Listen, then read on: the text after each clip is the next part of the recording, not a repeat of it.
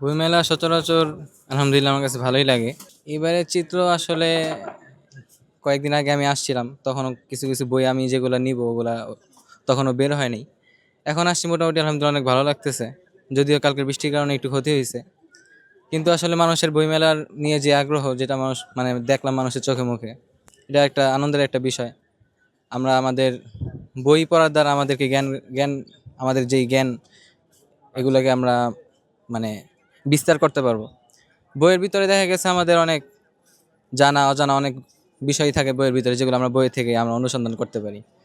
হ্যাঁ, হ্যাঁ, সে কম থাকার কারণ হলো এই আপনার বইমেলা এটা হচ্ছে হলো আপনার রমজান মাসে। তো সচরাচর রমজান মাসে আমাদের জনগণ অনেক এই ব্যস্ত থাকে তাদের কর্মজীবনে।